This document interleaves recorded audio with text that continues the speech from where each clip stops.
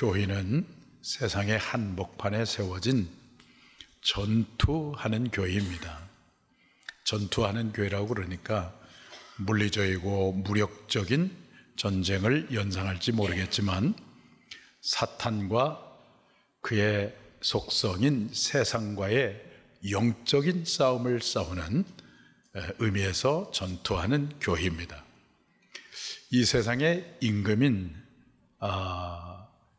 그 세상의 그 가치는 즉 권력과 또 물질과 소유의 가치를 위해서 남을 이용하고 또 속이고 빼앗는 것입니다. 그러나 복음의 가치는 나다짐과 섬김과 나눔을 통해서 하나님의 나라를 이루고 있다고 하는 측면에서 영적 싸움을 싸우는 영적 전투하는 교회인 것입니다. 교회가 이 영적 싸움을 중단하면 교회는 점점 힘을 잃고 나약하고 나중에는 세상과 타협하고 동일한 교회가 됩니다. 그러나 반대로 영적인 싸움을 끊임없이 싸우게 되어지면 교회는 강한 교회가 되고 생명력 있는 교회가 되고 더 나아가서 세상을 변화시키는 교회가 됩니다. 바로 그런 교회를 하나님이 원하시는 것입니다. 오늘 본문은 바로 전투하는 교회가 어떤 교회인가를 보여줍니다. 첫째는 철저하게 하나님께 속한 교회입니다. 오늘 보면 1절 말씀을 보겠습니다. 또 내게 지팡이 같은 갈대를 주며 말하기를 일어나서 하나님의 성전과 제단과 그 안에서 경배하는 자들을 측량하되 그랬어요. 하나님의 성전과 제단과 그 안에서 경배하는 자들이 측량되는데 이 말은 하나님의 성전과 제단과 그 안에서 경배하는 자들이 하나님의 완전한 임재와 구원과 보호를 받는다는 것을 의미하는 것입니다. 다시 말하면 교회는 어떤 경우에도 하나님께 속해 있음을 말씀해 주고 있는 것입니다. 여기에 우리의 소망이 있는 것입니다. 마태복음 28장 20절을 보시면 예수님이 승천하기 직전에 마지막으로 하신 말씀이 무엇입니까? 볼지어다 내가 세상 끝날까지 너희와 항상 함께 있으리라. 우리 주님 말씀하셨잖아요. 그런가 하면 요한복음 16장 33절을 보시면 한번 읽어볼까요? 세상에서는 너희가 환난을 당하나 담대하라 내가 세상을 이겼노라.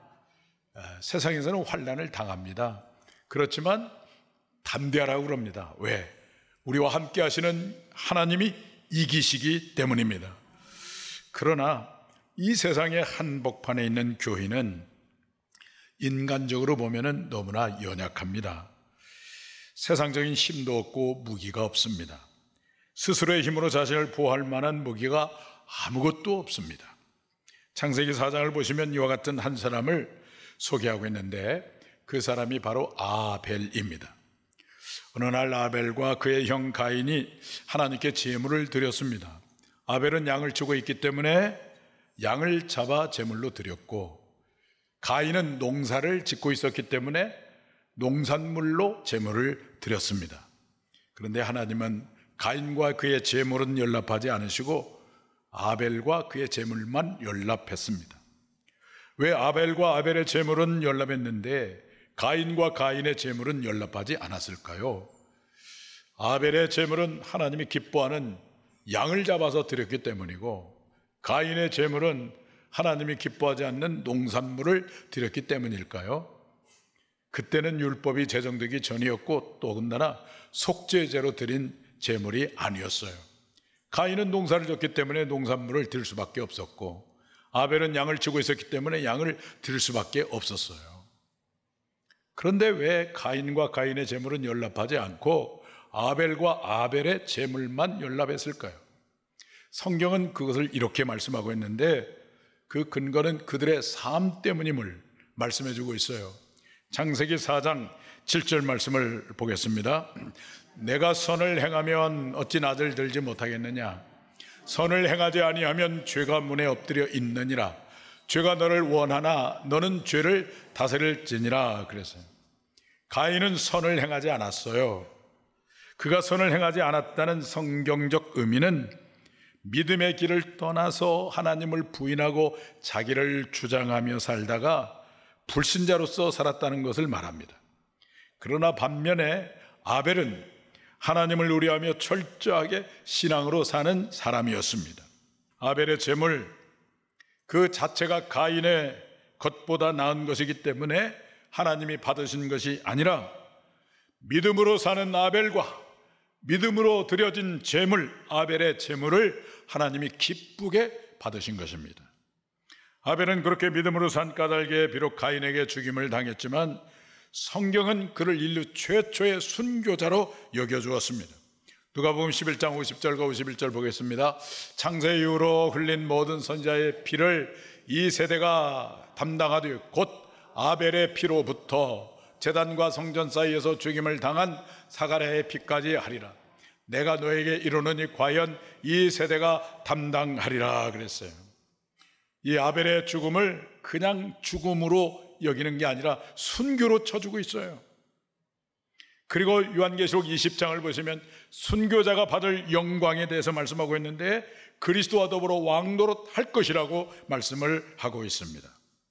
사랑하는 여러분, 세상의 한복판에서 세상과 싸우는 교회인 우리는 육신적이고 세상적인 관점으로 보면 아벨처럼 하찮고 한 번의 숨과 같은 연약한 존재일지 모릅니다. 그렇지만 우리는 하나님께 속했기 때문에 누가 우리와 함께 하십니까? 전능하신 하나님이 우리와 함께 하십니다. 주님께서 우리를 끝까지 보호해 주시고 존귀하게 해주시고 우리를 보증해 주십니다. 그래서 우리는 죽어도 살고 살아서 믿는 자는 영원히 죽지 않습니다. 이런 확신 가운데 세상적 같이 함몰되지 마시고 오히려 그러한 세상을 향해서 하나님 나라의 영성, 하나님 나라의 가치를 붙들고 영적 싸움을 끊임없이 싸우시고 승리함으로 우리 모두가 하나님이 인정하시는 전투하는 교회가 되어지기를 주님의 이름으로 축원합니다. 전투하는 교회는 어떤 교회일까요? 첫째, 철저하게 하나님께 속한 교회입니다. 둘째는 핍박받는 교회입니다. 2절 말씀 보겠습니다. 성전 바깥마당은 측량하지 말고 그냥 두라. 이것은 이방인에게 주었은즉 그들이 거룩한 성을 42달 동안 짓밟으리라 그랬어요. 성전과 제단과 그 안에서 경배하는 자들은 측량했는데 성전 바깥마당은 측량하지 말고 두어서 이방인에게 짓밟으리라 이렇게 말씀하고 있어요. 여러분, 이 의미가 무엇일까요? 성전 바깥마당이기 때문에 그냥 버리라는 말씀일까요? 이사야서에 보면은 마당만 밟는다고 하나님이 이사야 선지자를 통해서 탄식한 장면이 있어요. 그러니까 지성소의 수준이 아니라 마당 신자이기 때문에 이방인에게 내버려 두었다는 의미일까요? 여러분 어떻게 생각하십니까? 그런 설교를 많이 들어왔을 것 같습니다. 근데 전혀 그렇지 않습니다. 성전의 바깥마당도 성전의 일부이기 때문에 성전입니다.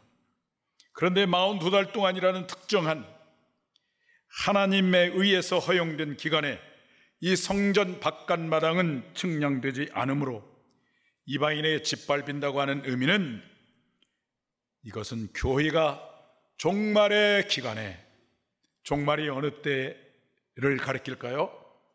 성경에서 말하는 종말, 예수님의 초림에서부터 예수님의 재림까지를 말씀하는 거예요. 예수님의 초림에서 재림까지 교인은 하나님께 속하여 절대 보호를 받는 동시에 이 세상의 핍박에 노출되어 있다는 것을 말씀하고 있는 것입니다.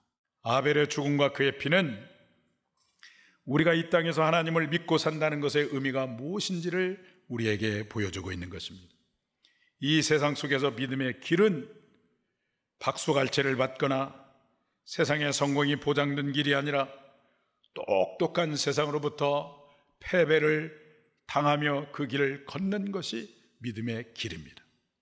사도 바울은 그 믿음의 길을 가는 교회의 모습, 교회 일꾼의 모습을 이렇게 말씀했어요. 고린도전서 4장 9절 말씀입니다. 다 같이 보겠습니다. 내가 생각하건대 하나님이 사도인 우리를 주기로 작정된 자같이 끄트머리에 두셨음에 우리는 세계 곧 천사와 사람에게 구경거리가 되었노라 그랬어요. 이 말씀 속에는 로마의 개선식과 원형 경기장의 검투사의 경기가 반영되어 있습니다. 하나님께서 사도인 바울을 어떻게 취급하는가? 두 가지인데, 하나는 개선 행전의 끄트머리고 또 하나는 이 백성들의 여흥거리로 존재하다가 죽음으로 끝나는 검투사라고 자기를 표현하고 있어요. 로마가 전쟁에서 승리하고 돌아오면 원로원은 전쟁을 승리로 이끈 장군에게 경의를 표하는 방법으로 개선식을 하도록 했습니다. 이따 로마에는 개선문이 세워집니다. 로마의 역사를 보니까 개선문이 34개가 세워졌어요. 34번 어마어마한 개선식을 했다는 거예요. 근데 그 한 번 개선식을 할 때는 보통 몇 사람의 시민들이 거리로 쏟아져 나오냐면 100만 명 이상이 거리로 쏟아져 나와요. 지금부터 2000년 전에 100만 명은 1000만 명과 같은 숫자일지도 몰라요. 어마어마한 숫자가 쏟아져 나와가지고 꽃다발을 들고 개선하는 총사령관을 환호하고 열렬히 박수로 맞이합니다. 그 개선 시간은 군대 행렬을 보면 처음에는 총사령관이 먼저 개선을 하고, 그 다음에는 이제 마차로 구성된 전차부대가 그 다음에 오고, 그 다음에는 일반 군인들이 등장을 해요. 그 사람들이, 이 백성들이 열렬히 환호하고 박수치고 꽃을 들고 그들을 맞이합니다. 그런데 맨 끝머리 보니까 그들과 전혀 다른 사람들이 등장을 하고 있는데, 전쟁 중에 체포된 적군들이 포로가 된 채 끌려오고 있어요. 그 사람들은 백성들의 환호와 갈채를 받는 것이 아니라 백성들의 조롱을 받는 대상이었어요. 맨 끝머리에 오는 포로들, 그들은 영광과 환호의 주인공이 아니라 로마인들의 조롱과 구경거리로 영을 즐기는 도구였습니다. 그 포로 중에는 몸값을 지불하지 못해서 고향으로 돌아가지 못하는 자들 가운데 노예 시장에 팔려서 노예가 되거나 원형 경기장의 검투사가 되기도 했습니다. 로마 시대의 검투사는 시민들의 여영을 위해서 싸우다가 죽어야 끝나는 비참한 운명에 놓인 사람인데, 기록에 의하니까 로마의 콜로세움이 존재하던 400년 동안에 100만 명 이상이 시민들의 여행거리로 목숨을 잃었다고 합니다. 사도 바울은 이런 시대의 상황을 반영해서 교회의 위치, 교회의 일꾼의 존재를 말씀해주고 있는 것입니다. 교회의 위치, 교회의 일꾼의 위치는 어디인가? 세상의 맨 선두에 선 것이 교회의 위치가 아니라는 거예요. 교회의 위치는 세상의 저 끄트머리에 서 있는 것이라는 거예요. 끄트머리. 사람들의 멸시와 조롱을 받는 그 행렬의 끄트머리에 있는 것, 끄트머리에 있는 포로의 신세와 같은 것, 그것이 바로 그리스도인의 일꾼의 위치이고 교회의 위치라고 하는 것입니다. 교인은 하나님의 절대 보호를 받고 하나님의 기쁨이고 하나님의 자랑입니다. 그러나 교회는 그 존재 자체로 멸시와 조롱을 받는 세상의 끄트머리입니다. 교회의 참된 모습은 그 존재 자체로 진리와 복음 때문에 손해를 보기도 하고 아픔을 겪기도 하고, 저 중동이나 공산권에서는 핍박을 받기도 하고 죽임을 당하기도 합니다. 세상의 선두가 아니라 끄트머리입니다. 내가 누릴 힘이 있지만, 내가 뭔가 내세울 힘이 있고 자랑할 것이 있지만, 내가 다른 사람을 지배하고 독점할 수 있지만, 복음을 위해서, 하나님의 이름을 위해서, 하나님의 영광을 위해서, 교회를 위하여 맨 마지막 끄트머리에 서는 것, 그것이 교회의 위치예요. 우리 성도의 위치인 것입니다.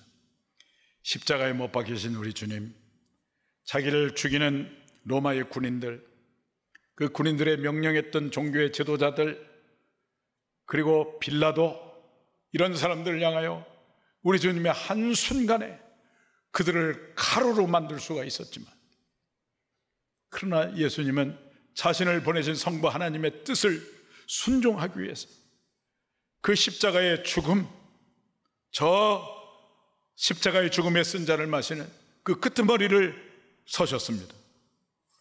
그런데 그 죽임을 통해서 주님께서 지금, 주님은 어떤 분으로 존재하고 계십니까? 진정한 승리자로, 영원한 승리자로 우리 주님이 계시지 않습니까? 요한계시록 5장을 읽다 보니까 사도 요한이 환상 중에 이 하나님의 놀라운 그 역사의 구속과 심판에 관한 책이 보였어요. 그런데 그 책을 펼 사람이 아무도 없어요. 그 책을 펴서 책대로 하나님의 이 구속의 경륜이 펼쳐져 가야 되는데 그 책이 이렇게 닫혀 있어요. 그래서 너무너무 마음이 아파서 통곡하며 울고 있었는데 장로 중에 한 사람이 탁 나와서 책을 뗄 사람이 있다라고 말씀을 하고 있는 거예요. 한번 읽어보겠어요. 요한계시록 5장 5절과 6절 말씀 시작. 장로 중에 한 사람이 내게 말하되 울지 말라. 유다 지파의 사자 다윗의 뿌리가 이겼으니 그 두루마리와 그 7인을 떼시리라 하더라. 또 내가 보니 보좌와 내 생물과 장로들 사이에 한 어린 양이 서 있는데 일찍이 죽임을 당한 것 같더라. 그에게 7뿔과 7눈이 있으니 이 눈들은 온 땅에 보내심을 받은 하나님의 7영이더라 그랬어요. 거기에 책을 떼실 분이 있다는 거예요. 떼실 분이 누구냐? 유다 지파의 사자요 다윗의 뿌리라고 그랬어요. 유다의 지파의 사자요 다윗의 뿌리가 이겼으니, 유다의 지파의 사자 다윗의 뿌리가 누구일까요? 예수님이시죠. 예수님이 이겼다는 거예요. 예수님이 2000년 전의 십자가에 그 죽음의 쓴잔을 마시고 저 끄트머리에 서 있었는데, 완전한 패배자였는데 요한계시록에 보니까 유다 지파의 사자 다윗의 뿌리가 이겼으니. 근데 그 주님을 소개할 때 어떻게 소개하냐면 일찍 죽임을 당한 것 같더라. 예수님의 승리의 방식은 어떤 방식이냐? 죽음을 통한 승리예요. 패배를 통한 승리예요. 진정한 승리자죠. 영원한 승리자죠. 우리가 복음 때문에, 진리 때문에, 하나님의 이름과 영광 때문에 아픔을 당하고 손해를 보고 핍박을 받고 고난을 당하면 그것이 진정한 승리의 마이너지를 쌓아가는 거예요. 그게 진정한 승리자. 여러분, 복음을 위한 끄트머리, 그 끄트머리를 두려워하지 마시고 그것을 당연하게, 아니 영광스럽게 여기며 당당하게 살아감으로 하나님께서 인정하시는 전투하는 교회가 되기를 주님의 이름으로 축원합니다. 전투하는 교회는 어떤 교회일까요? 첫째, 철저하게 하나님께 속한 교회입니다. 둘째는 핍박받는 교회입니다. 세 번째는 성령의 권능을 입고 말씀을 증거하는 교회입니다. 교회가 세상의 한복판에 세워졌지만 전능하신 하나님으로부터 보호를 받음과 동시에 핍박을 받는 까닭이 있어요. 그것은 뭐냐면 교회가 사교 클럽이 아니라 하나님의 복음을 선포하고 진리를 증거하는 증인 공동체이기 때문에 한편으로는 하나님의 보호를 받지만 한편으로는 세상으로부터 핍박을 받는 것입니다. 3절 말씀을 보겠습니다. 내가 나의 두 증인에게 권세를 주리니 그들이 굵은 베옷을 입고 1260일을 예언하리라 그랬어요. 여기 두 증인이 나오는데 이 두 증인은 두 명의 개인이 아니라 예수 그리스도의 복음 후 참된 증인이라고 하는 면에서 교회를 가리키는 것입니다. 한때 많은 사람이 두 증인이라고 막 자처한 사람 많았잖아요. 자기가 두 증인이에요. 자기가 두 감람나무예요. 거기에 많은 사람들이 현혹돼가지고 잘 나가던 교회를 떠나서 이단에 빠져가지고 인생을 망친 사람이 얼마나 많이 있습니까? 두 증인은 두 명의 개인을 말하는 것이 아니라 상징적인 말씀인 것입니다. 4절 말씀을 보시겠습니다. 4절 말씀, 그들은 이 땅에 주 앞에 서 있는 두 감람나무와 두 촛대니. 두 증인이 누구라고요? 두 감람나무와 두 촛대가 두 증인인 거예요. 그런데 두 증인이 두 감람나무 두 촛대라고 하니까 어떤 특정한 두 사람을 가리킬 것이라고 생각하기 쉽습니다. 그러나 두 감람나무와 감람나무의 배경은 스가랴서에 나오는데, 스가랴 4장 3절을 보겠습니다. 그 등잔대 곁에 두 감람나무가 있는데 하나는 그 기름 그릇 오른쪽에 있고 하나는 그 왼쪽에 있나이다 하고 그랬어요. 두 감람나무가 있는데 기름 그릇 하나는 오른쪽에 있고 하나는 왼쪽에 있어요. 그런데 스가랴 4장 14절을 보시면은 이 두 감람나무가 누군가를 더 정확하게 말씀해 주고 있는, 한번 읽어보겠어요. 이르되 이는 기름 부음 받은 자 둘이니 온 세상의 주 앞에 서 있는 자니라 하더라. 기름 부음을 받은 자 둘이라는 둘. 그런데 온 세상의 주 앞에 서 있는 자니라. 이 말씀의 이 문맥을 통해서 보면 한 사람은 수룹바벨이고 한 사람은 그 당시의 대제사장인 여호수아를 가리키는 것입니다. 수룹바벨은 왕은 아니지만 그런 왕권을 가진 실제적인 그런 통치자, 정치가였어요. 그러니까 두 감람나무는 무엇을 가리키냐면은 왕이며 제사장을 가리키는 것입니다. 하나님이 우리에게 주신 권세는 사탄이 이길 수가 없어요. 요한계시록 13장에 보면 바다에서 올라온 짐승에게 용이 권세를 줬다고 그랬어요. 이 짐승이 말이죠, 예수님을 흉내내요. 살았다가 막 다시 죽기도 하고 죽었다가 살아나기도 하고, 수많은 사람들이 미혹돼가지고 그 짐승을 막 저 그리스도를 따르는 거야. 그렇지만 여러분, 용이 준 권세가 큽니까? 전능하신 하나님이 주신 권세가 큽니까? 하나님이 주신 권세가 크죠. 우리는 그 하나님이 주신 권세가 있어요. 할렐루야. 이 권세를 가지고 예언을 하는데 무슨 옷을 입고 예언하라고 그래요? 굵은 베옷을 입고 예언하라고 그러잖아요. 이 말은 무슨 말이냐면은 복음을 증거하는데 번영의 복음이 아니라, 고지론의 복음이 아니라, 예수 믿으면 잘 먹고 잘 산다고 하는 그런 번영의 복음, 1% 안에 들어간 저 탑 고지에 들어가는 그런 고지론의 복음이 아니라 회개의 복음을 전하라는 거예요. 그것이 참된 복음이에요. 여러분, 복음은요, 구원과 심판의 양면성이 들어있는 게 복음이에요. 예수 믿으면 행복합니다, 예수 믿으면 잘 됩니다, 예수 믿으면 형통합니다, 이것만 얘기하면 안 돼요. 복음에는 심판이 있고 구원이 있는 거예요.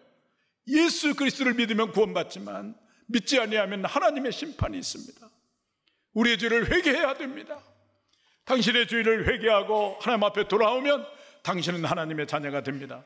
그리고 세상이 줄 수 없는 신적인 충만을 누리게 되어지고 결말이 반드시 승리하게 됩니다. 이것이 바로 회개의 복음이에요. 이 회개의 복음을 증거하는 거예요.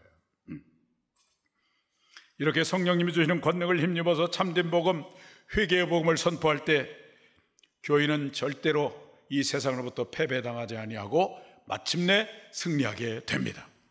할렐루야. 여기에 우리의 소망이 있는 거죠. 그렇죠. 요한계시록 13장을 보면은 그 짐승이 나타났어요.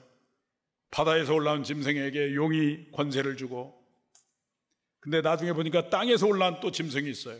이 짐승이 선지자 노릇하고 제사장적 역할을 감당해가지고 바다에서 올라온 짐승의 우상을 만들어서 수많은 사람들로 하여금 그 우상을 경배하게 하고 짐승의 표를 받게 해요.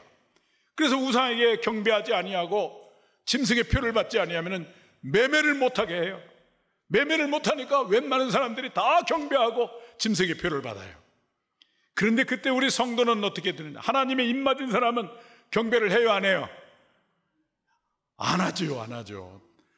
큰일 났네. 하나님의 입맞은 우리 성도는 짐승을 경배합니까, 안 합니까? 안 하죠. 짐승의 표를 받습니까, 안 받습니까? 안 받습니다. 그렇지만 그 믿음을 지키기 위해서 어떤 일을 당할까요? 고난을 당합니다.